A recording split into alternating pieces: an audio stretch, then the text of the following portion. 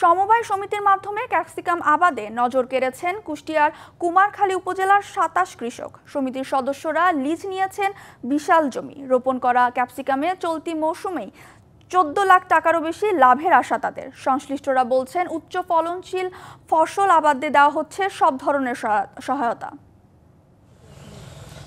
কুষ্টিয়ার কুমারখালীর চাঁদপুর ইউনিয়নের নিয়ামতবাড়িয়া মাঠ নেট দিয়ে ঘেরা প্রায় ১০ বিঘা জমিতে গ্রামের ২৭ জন কৃষক সমবায়ের মাধ্যমে আবাদ করেন উচ্চ ফলনশীল ক্যাপসিকাম। তাদের একতাবদ্ধ করেছে জঙ্গলি আধুনিক কৃষি সমবায় সমিতি।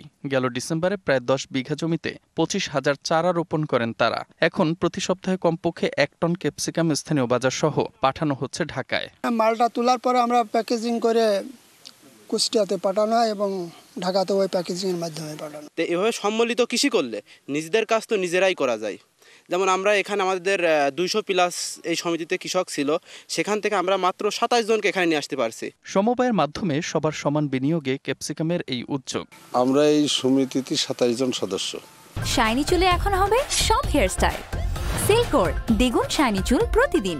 তারপরে আমরা এটার উপরে কৃষি অফিসার এসে আমাদের বললে যে এটা আপনারা করেন, তখন আমরা চারা দেওয়ার চিন্তা ভাবনা করলাম। গত বছর আমাদের সভাপতি সাহেব ৭০% জমিতে ট্রায়াল স্বরূপ আপনার এই ক্যাপসিকামের চাষটা আমরা করি।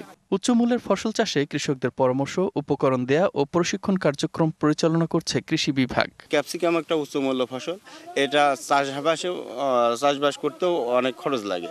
তো এইটা যদি আমরা এই সমবায়ের মাধ্যমে ৩০ জন কৃষক দিয়ে শুরু করছি, এটা যেমন তারা করতে পারছে এবং এখান থেকে ভালো একটা বেনিফিটও পাবে সবাই। তো এই সকল ফসল উৎপাদন করার পরে আমরা যে সকল উদ্যোক্তা তৈরি হচ্ছে, তারা নিজেরা এরা আমাদের দেশের চাহিদা মিটিয়ে যাতে বিদেশে রপ্তানি করতে পারে। আবহাওয়া অনুকূলে থাকলে ক্যাপসিকাম চাষ থেকে এই মৌসুমে প্রায় ১৪ লাখ টাকারও বেশি মুনাফার আশা কৃষকদের।